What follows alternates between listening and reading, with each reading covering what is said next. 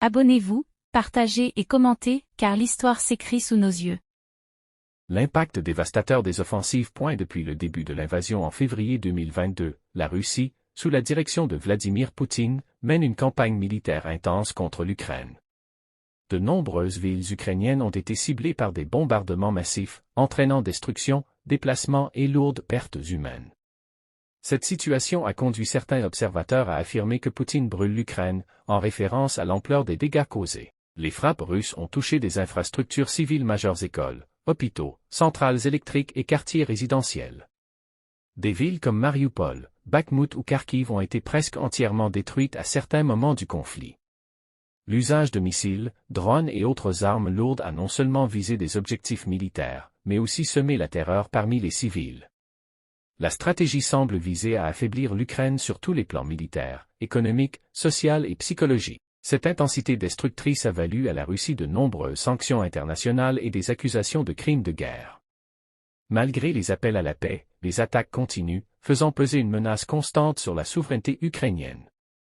Le conflit en Ukraine reste l'un des plus violents du XXIe siècle. Les actions militaires de la Russie, souvent perçues comme une volonté de brûler l'Ukraine pour imposer sa domination, plongent la région dans une crise prolongée. Face à cette tragédie, la communauté internationale appelle au respect du droit humanitaire et à une solution diplomatique urgente. La guerre en Ukraine, déclenchée par l'invasion russe en 2022, a pris une ampleur stratégique et géopolitique sans précédent.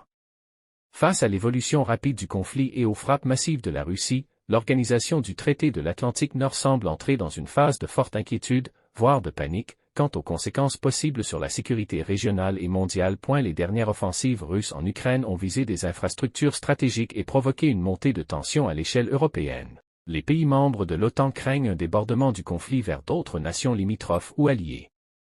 Des réunions d'urgence se multiplient, les bases militaires sont renforcées, et les budgets de défense augmentent. Malgré le soutien militaire et logistique à l'Ukraine, l'OTAN peine à contenir la menace croissante, notamment face à la puissance nucléaire de la Russie et aux alliances stratégiques qu'elle développe avec des pays comme la Chine, la Corée du Nord ou l'Iran. Cette situation pousse certains pays à envisager une présence plus directe, ce qui pourrait intensifier encore le conflit. Face à l'évolution imprévisible de la guerre en Ukraine, l'OTAN se trouve dans une position délicate. La panique croissante au sein de l'organisation reflète la gravité du conflit et les risques qu'il fait peser sur l'équilibre mondial. Il devient crucial pour l'OTAN de renforcer sa diplomatie, tout en maintenant une posture défensive ferme pour éviter une escalade incontrôlable. La guerre en Ukraine, déclenchée par l'invasion russe en 2022, a pris une ampleur stratégique et géopolitique sans précédent.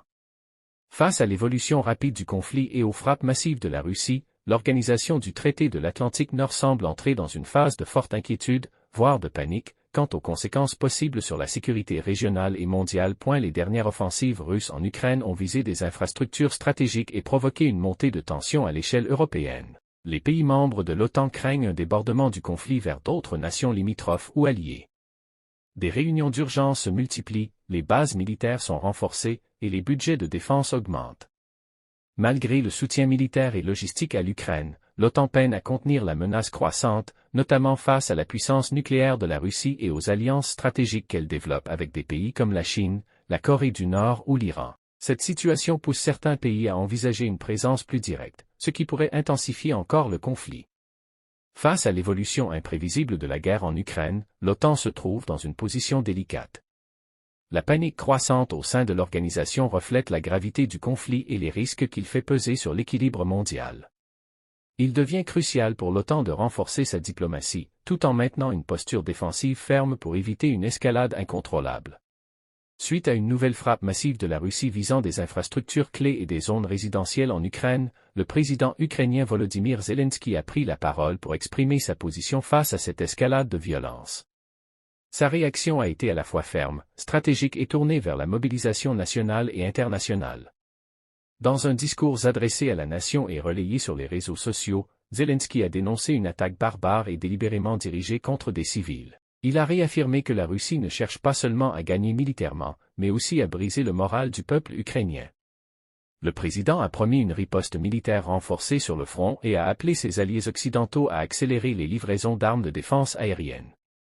Il a également demandé une réunion d'urgence au Conseil de sécurité de l'ONU et renforcé ses appels pour des sanctions supplémentaires contre Moscou. Sur le plan intérieur, Zelensky a salué le courage des forces armées ukrainiennes et appelé la population à l'unité, à la résilience et à la vigilance. Et la réaction de Volodymyr Zelensky illustre sa détermination à défendre l'Ukraine face à une agression persistante. Malgré les pertes, il maintient un discours de résistance, de coopération internationale et de défense de la souveraineté nationale. Sa réponse énergique vise autant à rassurer son peuple qu'à rappeler à la communauté internationale l'urgence de soutenir l'Ukraine dans cette guerre. Abonnez-vous, partagez et commentez, car l'histoire s'écrit sous nos yeux.